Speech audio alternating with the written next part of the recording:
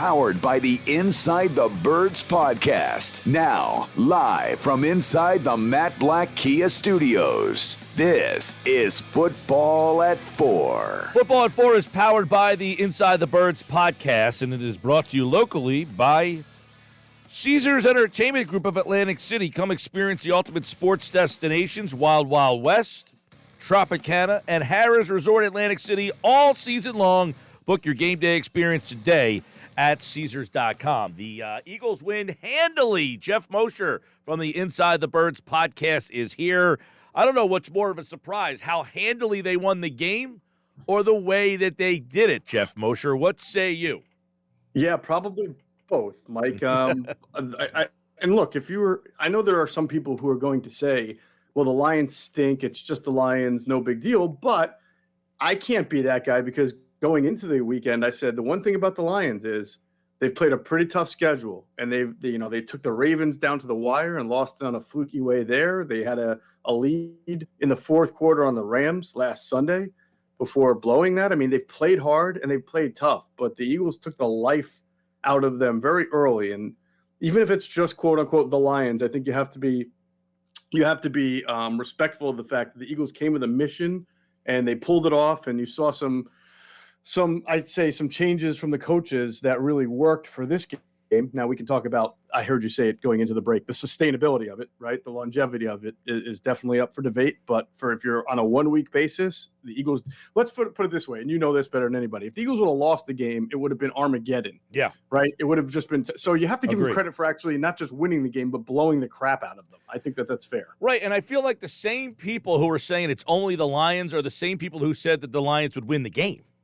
But probably. Right? Probably. You know what I'm saying? It's like this team fair stinks. You're going to lose to the Lions. You know, they're playing hard. Look, I picked the Lions to win the game begrudgingly.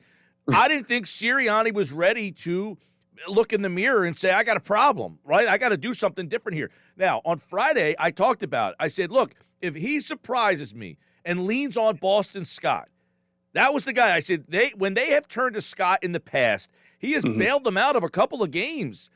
And if you used him at Howard, for whatever reason, I don't know why they don't let Sanders have a role like this, but I don't know that this is sustainable. But do you see a difference in the offense with those two guys as opposed to Sanders? Obviously, the play calling is different, but are the plays different? Are they running the ball differently? Are these more running play designs? Was the RPO more run than it was a pass?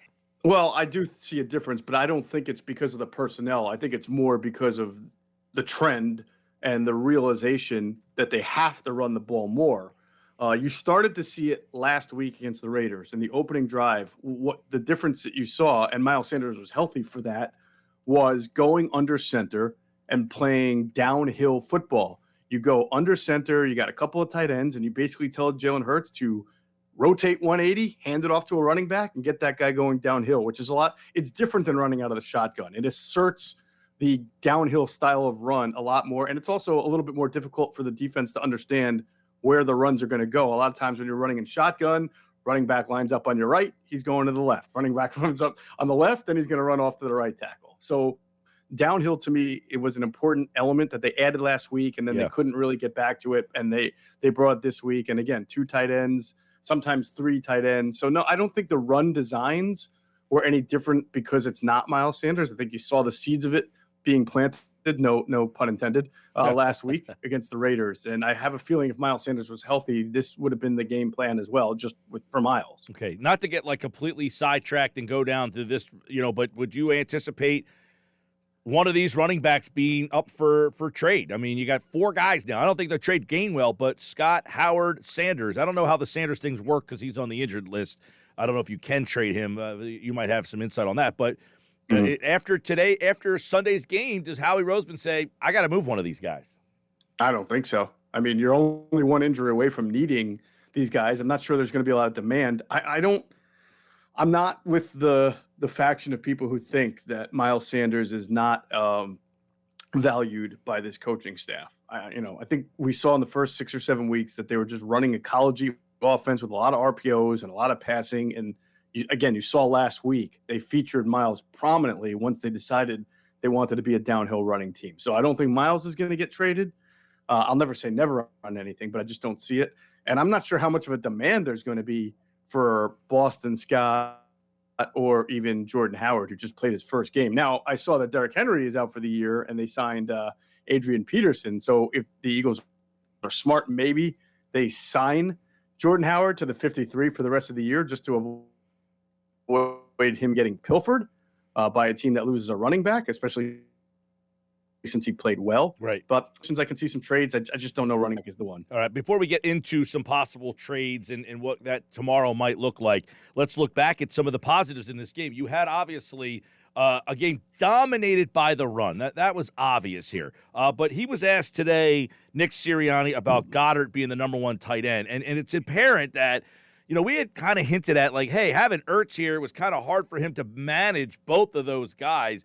And it's refreshing to at least see he has 9 catches for 142 yards in the 2 games without Ertz, that they would like him to be a bigger part of the offense. And I would go on to say, Moj, I would like him to be even a bigger part of the offense.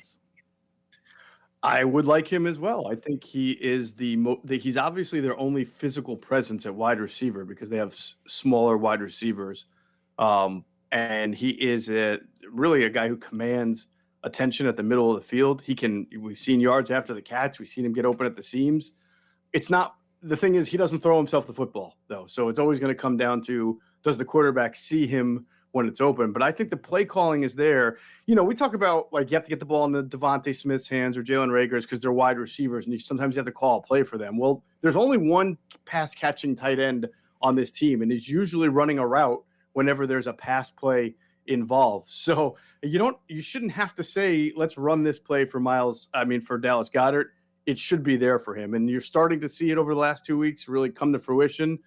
And I agree with you. I think he should be, if not the most targeted receiver or pass catcher on the team, definitely the second most. All right, so I like the way they've been using Goddard. He's obviously helps this offense out in between the hashes. He's certainly even with the few passes that they threw yesterday, he ends up with 7 catches for 72 yards, 5 for 70. I mean, he had 23 yards a catch the week before. He has over 12 yards a catch here, so that should help things moving forward if they can keep that aspect. The passing game moving forward, we'll see. I mean, we don't know what's going on with Reagor. Watkins was not a part of the game, and Smith with the drop, and that was essentially his whole day yesterday. He had 1 other catch. That's a little concerning that you essentially have nothing from your wide receivers. I get it. It's a game that's just completely out of hand, but moving forward, they got to figure out how to get that aspect going. I want to go to defense. What did John Gannon do? What adjustments did he make yesterday? This defense, in certain games, and it seems to be against the more veteran, higher-level quarterback, they just undress him. What was he able to do yesterday? They dominated the game. Yeah, so there were several things, and sometimes all it takes is a few minor adjustments to make a major difference, right? And I think, to me, the 2 minor adjustments, well, you could say they were major, and I talked to you about this last week, that I felt they needed to stop playing a variety of different linebackers, and I even think I mentioned to you that there's no reason for Eric Wilson to be on the field anymore. And sure enough, he wound up being inactive. So what they basically did was play Davion Taylor and TJ Edwards in most situations when they were in nickel, which is what they were mostly in.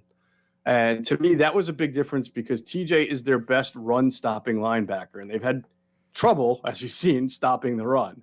So making TJ Edwards the guy there for the times that they're in nickel and they want to stop the run was big. So the second thing is that they brought safeties into the box more. We talked about how deep these safeties are playing, and you're giving all this cushion. So when you bring a safety into the box a little bit more and you have a better run-stopping linebacker there and you do a better job on first and second down of keeping the opponent from moving the chains or setting up short distances on second and third down, then you make them one-dimensional. And then you allow your defensive line on those third downs to really go off on the quarterback. And this quarterback in particular that they faced buckles at the first sign of pressure. But just to give you an example of the difference of just those small schematic differences, we mentioned against the Raiders that the Raiders went from like middle of the first quarter to third quarter. I think it was like 36 plays. They saw 2 third downs, which is like almost unheard of that an offense would only have to face third down twice from the first to a third quarter, right?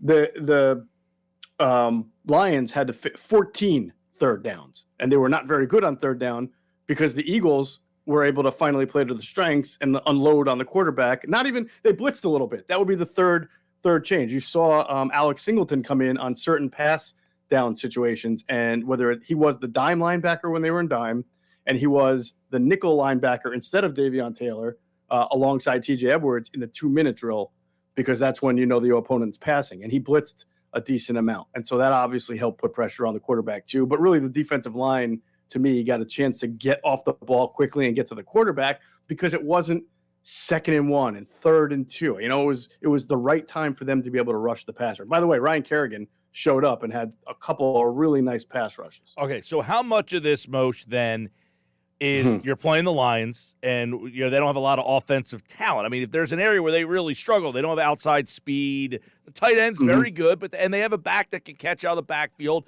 So those are two areas the Eagles struggle with, the intermediate and the tight end. But how much of it is they don't have those weapons on the outside, and that allowed – because, in other words, if you made this linebacker change, is that a change that should help you in future weeks?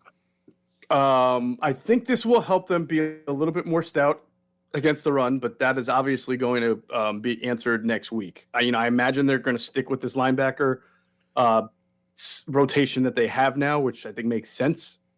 And I'm sure that against a team like the Chargers, they will try to, who can run the ball, Eckler.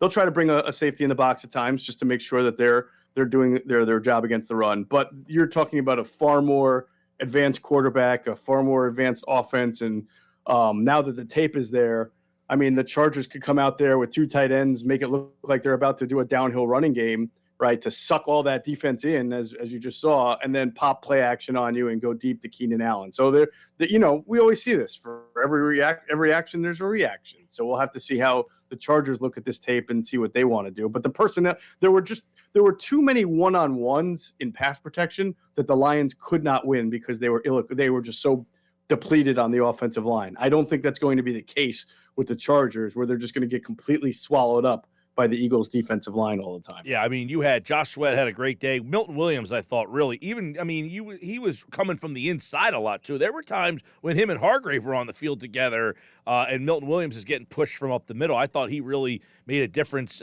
both against the run and in the pass, getting an interior rush. He really added something that they haven't had. I don't know if he got more snaps this week, or did they use him any differently?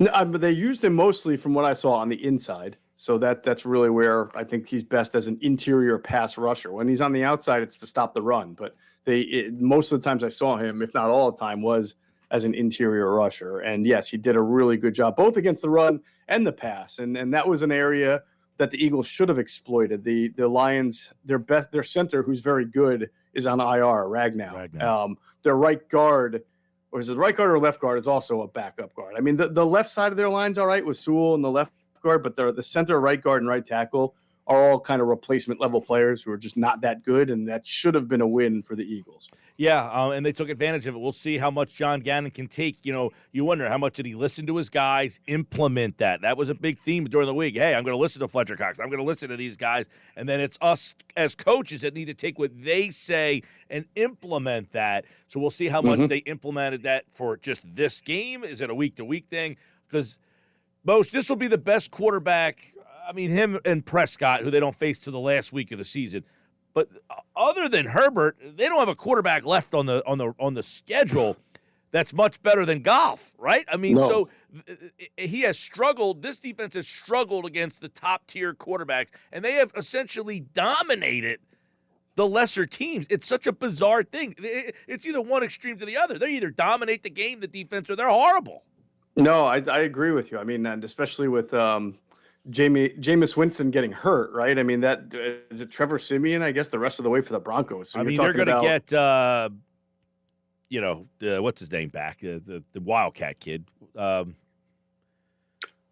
the quarterback? I can't. Taysom Hill. Taysom Hill. Yeah, right. Yeah, right. They're going to get him they're back. They're 1-0 against Taysom Hill. So he would be back by the time, Philly plays by the time that game rolls around. Yeah. But even so, like, I mean, so you're talking the quarterbacks about left Hill on the list. You got Herbert, Bridgewater, Taysom Hill or Simeon, Daniel Jones. I don't know who's going to play. Maybe Joe Flacco for all we know. No, not after that Mike White performance. Right. Well, you know what happens there. Tyler Heineke, Daniel Jones, Tyler Heineke, and then Prescott. Right. So you got about 6 or 7 games there where, the offense that you'll be going up against will be challenged. And some of those teams are pretty good defensively, though. So it should make for some pretty interesting games. Well, Denver's defense just took a hit today. They lost Von Miller. He just got traded to the Rams, obviously. Yep. So you're going to play them a little bit weakened, which then kind of takes us down the road. Rob Motti asked a question about the playoffs. I tweet this out yesterday. I mean, like, people act as if it's how dare you suggest the playoff? They're literally one game behind Carolina, who they've already beaten. Yeah. This isn't me saying that I think this is a good football team. This is more an indictment on the NFL adding a 7th wild card. You know what I'm saying? That's how dare you. Exactly. How dare you, NFL, make it so that very, very mediocre teams can make the playoffs? Right. Is really the question. Exactly. Yeah. I said, and I even tweeted, this is going to be a ugly race to number 7 here. But if I tell you Carolina at 4-4 is 7, and you at 3-5 are the next group of teams out, are they legitimately, should they be focusing? If you're Nick Sirianni and this crew, are you saying, look, we are in this thing, guys? I don't know. Is that their agenda? Is that their goal? Is that what they want to be? I mean, it's a nice carrot, but, it doesn't really mean as much to me anymore. Look, it's almost 2 different conversations. The coach can use that as a rally cry, and the players, of course, want to make the playoffs and do the whole anything can happen. But if you're judging this team on what it is, the Miami Dolphins made the playoffs last year. They're 1-7 right now. The Giants almost made the playoffs until the Eagles had that, kind of a tank job at the end, and they're terrible. And the Washington made the playoffs, and they're terrible. Well, Washington not only made the playoffs last year, they almost beat Tampa Bay. That's a great point. So I don't know. I think the Bears actually snuck in also to the playoffs last year. They did. Did they not? Yes. Yeah. Now, so keep in mind the Washington game. They wound up reshaping their whole team. The Washington game was in Washington because they won the division. Right. So you can if you're the coach, sure, you use that as the rally cry. We're in this thing, but if you're a fan or just even someone in the media and they have a chance to make the playoffs, like me, I'm not going to even. Who cares? What does it mean? So what? Is it? Okay. For this team, I say. Wait. Hold on. Let me just clarify. Yeah. For this team, I mean that because this team is a team in transition that's going to look a lot different next year. So could it be a good building block to say I have playoff experience? Feasibly, maybe, but It didn't for some of those teams. But that goes down like a whole nother rabbit hole of the fans out there. They want Roseman gone, just making the playoffs prolong. Hey, this was a year that we were supposed to be in transition, and we made the playoffs. That's a fair point. I guess some will look at it that way. Like the Bears, everybody thought Ryan Pace and his team were going to get fired, but they made the playoffs. So maybe that's what bought them an extra year. I don't know. I tend to think no one was getting fired anyway after this year, but it is what it is. We'll see what happens here over the stretch. Yeah, well, it's like this weird dynamic. We went through it with the Sixers and their process, and you had half these people. It almost feels now that the world has so shifted to, I just want draft picks. Why are we even winning this game? Who cares? Let's get draft picks. And it's like, at what point for an organization, you've already got the Miami pick. Be happy with the fact you're probably going to get a top 5 pick through by basically a trade by the guy you want fired. Yeah.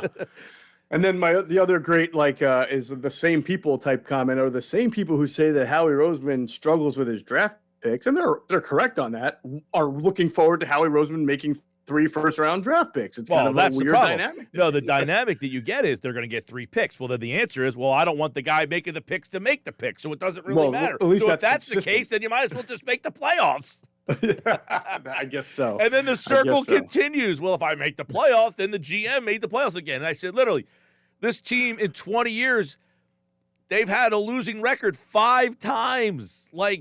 They're doing something right. You hate to look.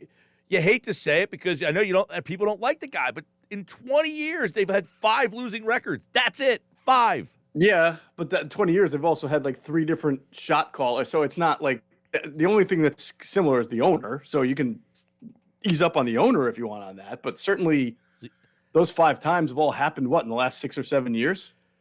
Well, they've had back-to-back losing seasons. Chip Kelly's last 2 years, Doug's first year, Doug's last year. No. That's Chip 4 Kelly's right there. last 2 years, they won 10 didn't make games the the 1 playoffs. year. But they didn't make the. You said make the playoffs. No. Right? I said they've had a winning record 15 out of 20 seasons. Oh, okay, all right. Well, They've now only we're had moving 5. the bar a little. No. bit. I said they've only had a losing record 5 times in 20 seasons. I got you. Yeah. Well, if you're the type of person who judges it on playoffs, Because though, the they've year with- missed the playoffs 5 times in the last 8 years. Because So, that's not the a Chip good Kelly thing either. the Chip Kelly team won 10 games and didn't make it. I thought it was 9. His first Was year, it I think they 9? went 10-6 the first year. Well, they made it the first year. They lost to New Orleans. Maybe the second year. The second year, I think there was 2 9-7 finishes. Maybe you might be right. It might have been a 10, but yeah. The two they had back-to-back losing records one time in 20 years. They went 7-9 and 7-9. And if they have a losing record this year, it will be the second time they have a losing record in back-to-back seasons in like 25 years. Like, what franchise has that run? It's preposterous to think about. Yeah, just the Steelers and the Ravens and That's probably it. just like only 3 or 4. Yeah. Yeah. I mean, there's very few teams that can beat that don't have a back-to-back losing year, and it's probably going to happen this year, likely.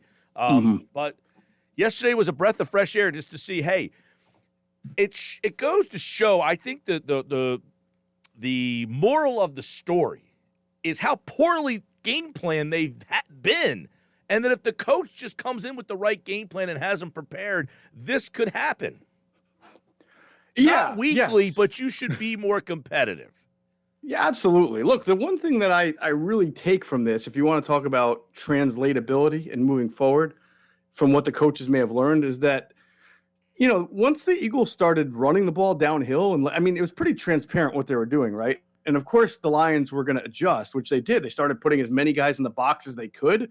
And the Eagles ran it all over them anyway. Now, you're not playing the Lions every week, but what I saw was a really dominant performance by Landon Dickerson, which you haven't seen yet, and that was good. Obviously, Jason Kelce. I thought Nate Herbig played well. We know that Jordan Mailata. This is a really good offensive line. We know that. We know it's a mammoth one. Yeah. And I don't care that the Chargers have a good defense. Actually, lately they haven't played great defense. Right. So there's no reason why you can't say, hey, if we put our best 5 out there, throw a couple tight ends on the field again, and run downhill, we should be able to get some good yardage on this team. Agree. Even if they bring a safety into the box. And then that opens up Goddard, and then hopefully you get the receivers in the play-action game more, and it gives them more room to roam. See, that's where I have an issue, Mike, and I hope that things are changed, because when you run the ball like that, especially under center, what you want to ideally do is then set up an opportunity for Jalen to fake that handoff, Jalen Hurts, and then find guys downfield. Of all the times they did it, I only saw 1 play-action pass from under center. And that was curious to me. I thought, why wouldn't you have even when you're up, why don't you work on it a little bit? You got a 20-something point lead. And the fact that they didn't do that is like a minor flag to me that I'm going to be looking for going forward. All right. And also the fact that Jalen did not, for all that great running, had some there was one play where he only faced a 3-man rush and he got out of the pocket too early and left the play on the field and wound up incomplete to Goddard. And then it's like, come on, 3-man rush, stay there. You got all the protection in the world.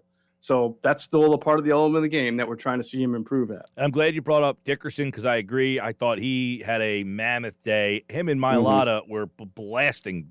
Oh, God. Mailata was literally driving his guy back. He dominated. There was one play he got beat and Hurts stepped up and got out of the way there. But Mailata dominated, and Dickerson the two on the left side, they had a day, those two. I think the Lions D-line is going to see those guys in their sleep for the next few nights. I really, because you're right. Those guys were just coming at. When you have Dickerson line next up to Mailata, you basically have a 380-pound guy and a 355-pound guy coming at you, and that just can't be fun. Amen. Hey, that's your future right there. You're hoping that the future's now. Dickerson, 2nd-round pick. Mailata, signed long-term. Those two guys could be playing together for a long, long time. Geoff Mosher, Inside the Birds. Check out the podcast. It is out with a reaction, and they'll have more details, sourced, scouting eye, and much more all week long over at Inside the Birds podcast. And get it wherever you listen to your podcast. And, of course, Mosher's back on Wednesdays. We start to take a look ahead to the L.A. Chargers, who are in Philadelphia this weekend. All right, Moshe. All right, man.